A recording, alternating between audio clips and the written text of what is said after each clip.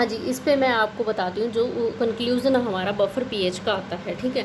अब कंक्लूज़न में हम क्या करते हैं, देखिए कंक्लूज़न में जो हेंडरसन हेज़लबर्ग इक्वेशन थी ये लिंक होती है हमारी, कैसे लिंक होगी, पीएच पीके से, ठीक है, एसिड से, बेस कॉन्सनट्रेशन से, बेस कॉन्सनट्रेशन, ये देखिए जैसे कि इक्वल जो HA हमारा था, ठीक है, HA हमारा क्या था, ये देखिए हमारा रिएक्टेंट था, ठीक है, हमारा क्या बन रहा था, यहाँ कॉन्जुगेट बेस और कॉन्जुगेट एसिड बन रहा था, तो इसीलिए हम क्या बोल सकते हैं, पीएच इज इक्वल टू पीके है। पीएच इज इक्वल टू पीके का मीनिंग मेन होता है 50% डीप्रोटोनेशन हो चुका है रिएक्शन में।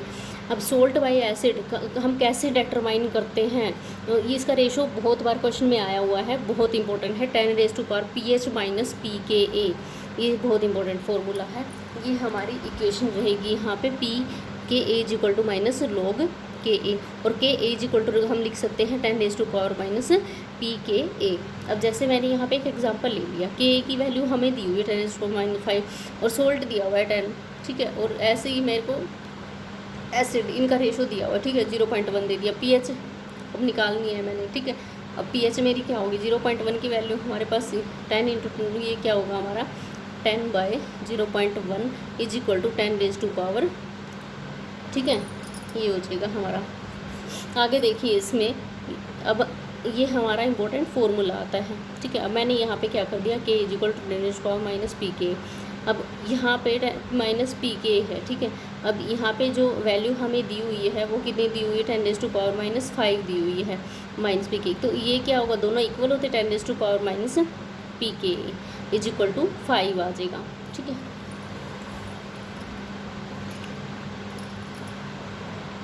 हाँ जी, ये देखिए ये हाइलाइटर्स में देख लीजिए, ये इंपॉर्टेंट फार्मूला बफर और पीएच के हमारे, देखिए पी के ए जब हम डिटरमाइन करते हैं तो is equal to minus log K a लेते हैं, और के ए को जब हम निकालते हैं 10⁻⁻ पी के ए होता है, और P H is equal to P K A plus log salt by acid होता है। और सोल्ट एसिड का हम निकालते हैं, देखिए अगर हमारा salt is equal to acid same है तो P H is equal to P K होता है, अगर सोल्ट मोर देन ए है तो P H is more than P के है।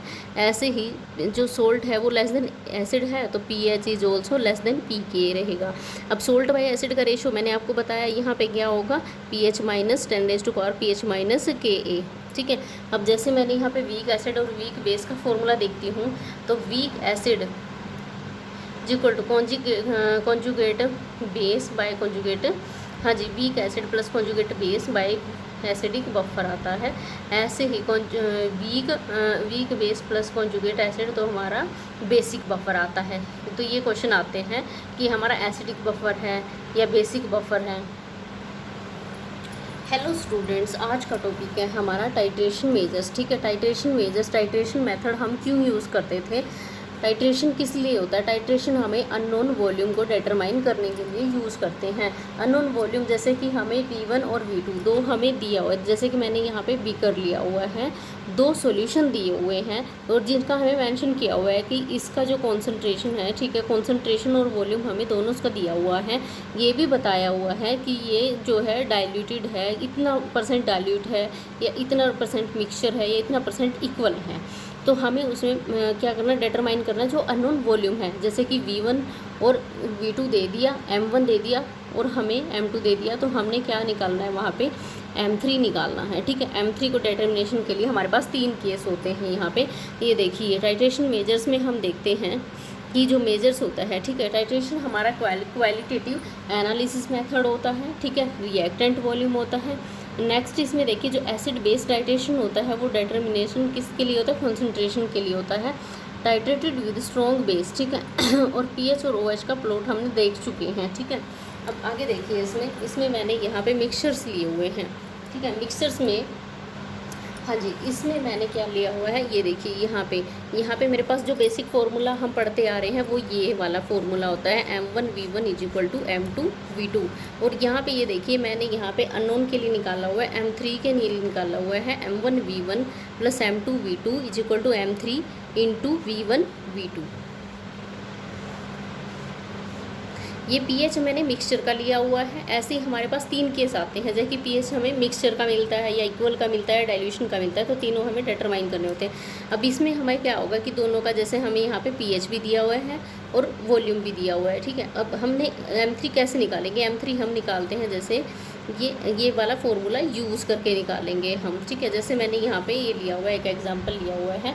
इस एग्जांपल में ये देखिए, जैसे मेरे को इनका pH भी गिवन है, ठीक है, वॉल्यूम भी गिवन है, और यहाँ पे मुझे pH निकालना है, और वॉल्यूम मेरा क्या रहेगा, V1 प्लस V2 आ जाएगा, ठीक है।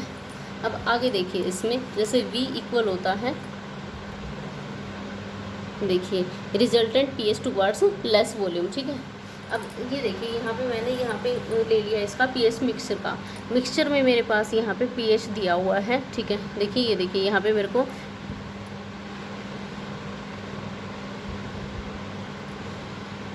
pH मिक्सचर, ठीक है, यहाँ पे मेरे को दिया हुआ है, ठीक है। अब यहाँ पे pH 4 दिया हुआ है, कॉन्सेंट्रेशन दी हुई M1 दिया, 10⁻⁴ दिया हुआ है मेरे को, ठीक है। और यहाँ पे इसकी मैंने pH निकाल दी है। अब देखिए रिजल्टेंट pH जो होता है हमारा टुवर्ड्स वॉल्यूम होता है मोर इन कॉन्सेंट्रेशन, ठीक है। pH अब V1 हम कैसे निकालते हैं, ये देखिए M1 V1। अब जैसे मैं यहाँ पे V1 M1 V1 plus M2 V2, ठीक है, इसी फॉर्मूले से हम निकाल लेंगे। आगे हमारे पास है जो इक्वल वॉल्यूम होता है। इक्वल वॉल्यूम में ये देखिए, मेरे को एक, मैं आपको एक ये दिखा रही हूँ आगे। ये देखिए, यहाँ पे मुझे pH दी हुई है 4, यहाँ पे दी हुई है 10, ठीक है। और यहाँ पे मैंने ले लिया -log H+ आयन, ठीक है। ऐसे ही मैंने जब यहाँ पे ये सब पुट करके फॉर्मूला लगाया, ठीक है, ये दिया हुआ 10⁻⁴, इसको हम मैं मान लूँगी V होता है हमारा, क्योंकि नहीं दिया हुआ है। 10⁻⁻10 दिया हुआ है, M3 दिया हुआ है, ठीक है। M3 मेरा आ गया 10⁻⁴ इज इक्वल टू, ये देखिए इंटू 2। अब आगे देखिए इसमें, अब ये मेरा आता है 0.5। अब इसकी जब मैं वैल्यू निकालूंगी तो ये देखिए 4.31 आ जाएगा।